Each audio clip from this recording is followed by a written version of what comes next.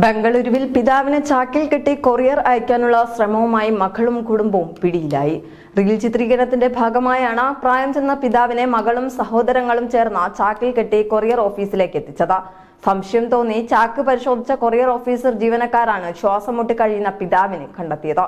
Video വൈറലായതിനു പിന്നാലെ സമൂഹ മാധ്യമ അക്കൗണ്ടുകൾ റീച്ച് നേടുന്നതിനായി അശ്രദ്ധ കണ്ടന്റുകൾ കൈകാര്യം ചെയ്യുന്നതിനെതിരെ രൂക്ഷ വിമർശനവുമായി നിരവധി പേരാണ് രംഗത്തെത്തിയിരിക്കുന്നത്.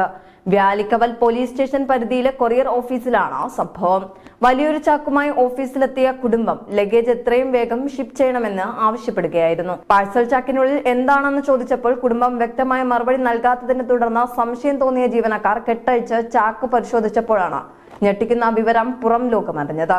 വായുസഞ്ചാരം തീരെയില്ലാത്ത ചാക്കിൽ ശ്വാസമെടുക്കാൻ പ്രയാസപ്പെട്ട് ഇടുങ്ങിക്കഴിയുകയായിരുന്ന പ്രായമായ പിതാവ് സോഷ്യൽ മീഡിയയിൽ പോസ്റ്റ് ചെയ്യുന്നതിനായി ഷൂട്ട് ചെയ്യുകയായിരുന്ന റീലിന്റെ ഭാഗമായിരുന്നു എന്നായിരുന്നു കുടുംബത്തിന്റെ പ്രാഥമിക വിശദീകരണം. പ്രധാനപ്പെട്ട ആഘോഷ ദിവസങ്ങൾ ടിക്കറ്റ് ലഭിക്കാതെ ബസ്സിലെ തിക്കിലും തിരക്കിലും വിധിക്കപ്പെട്ട യാത്രക്കാരുടെ പ്രയാസം ചിത്രീകരിക്കുക എന്നതായിരുന്നു പ്രമേയമെന്നും കുടുംബം വ്യക്തമാക്കി. തുടർന്ന് കൊറിയർ രജിസ്റ്റർ ചെയ്യാൻ കുടുംബം വാശി പിടിച്ചെങ്കിലും കൊറിയർ ജീവനക്കാർ പോലീസിനെ വിവരം അറിയിക്കുകയായിരുന്നു. പോലീസ് സ്റ്റേഷനിലെത്തിച്ച ചോദ്യം ചെയ്തതിന് പിന്നാലെ തങ്ങളുടെ ചെയ്തിയിൽ ഖേദം പ്രകടിപ്പിച്ച കുടുംബം ക്ഷമാപണം നടത്തി വീഡിയോ റെക്കോർഡ് ചെയ്തു. തങ്ങളുടെ തമാശ അല്പം ഗുരുതരമായെന്നും നിരുത്തരവാദപരമായ ഇത്തരം നടപടികൾ മേലിൽ ആവർത്തിക്കില്ലെന്നും കുടുംബം വീഡിയോയിൽ പറഞ്ഞു.